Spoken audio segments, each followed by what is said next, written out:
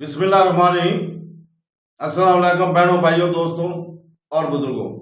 आज की हम इस इस्लामी मालूमाती और तालीमी वीडियो में हम मारूफ सीरतुल जन्नान से माखूज तफसीर सूरह अनम की आयत नंबर 42 को बयान कर रहे हैं। बराए करम इस वीडियो के आखिर तक हमारे साथ रहें, क्योंकि हम इस आयत के गहरे मायने और तशरीहात को बयान कर रहे हैं और इस्लामी तालीमात की तनाज़ुर में इसकी अहमियत को वाज़ा कर रहे हैं। इस आयत के अंदर मौजूद हिकमत और रहनुमाई के बारे में गहराई से समझ हासिल करें।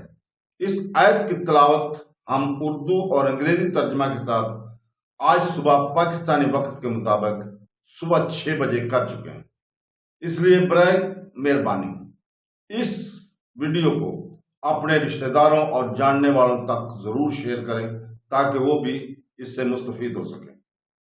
कुरान पाक इस रब्बुल आलमीन का बेमिसाल कलाम है, जो वाद मामूद, वाद खालिक और पूरी कायनात का हकीकी रब है। अल्लाह ताला ने यह कलाम हजूर पाक सल्लल्लाहु अलैहि वसल्लम पर नाज़िल फरमाया। बाबरकत वही का आगाज रमजान के मुकद्दस महीने में हुआ।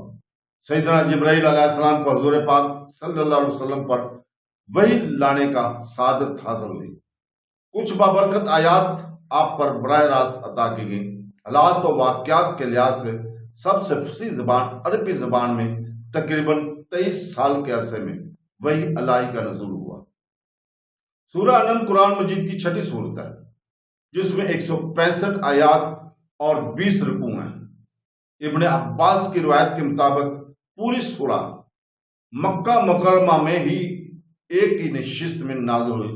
इस्मा, जो कि ज़ीद की बेटी और हजरत मुआज़ बिन जब्बल की चचाजाद बहन थी, फरमाते हैं कि इस सूरत के नज़ूल के वक्त रसूल पाक सल्लल्लाहु अलैहि वसल्लम एक ऊंटनी पर सवार थे और मैंने ऊंटनी की नाक की तार पकड़ी हुई थी, मतलब उसकी रस्सी, उसकी मुहार। तो दोस्तों, अल्लाह ताला ने सूरह अनम की आयत नंबर 45 में फरमाया, जिसका तर्जुमा है, बस जालिमों की जड़ काट दी गई और तमाम खूबियां अल्लाह के लिए हैं, जो इससे तमाम जहानों को पालने वाला है। तो दोस्तों, इससे मालूम हुआ कि गुमराहियां, बेदीनों और जालिमों की हलाकत अल्लाह ताला की बहुत बड़ी नेमत है। इस पर शुक्र करना चाहिए। हजूर अक़दस सल्लल्लाहु अलैहि वसल्लम, सहाबा कराम की सीरत मुबारक में इसकी कई मिसालें मौजूद हैं। चुनांचे अबू जहल के कत्ल पर हजूर अकरम सल्लल्लाहु अलैहि वसल्लम ने सजदा शुक्र अदा किया था।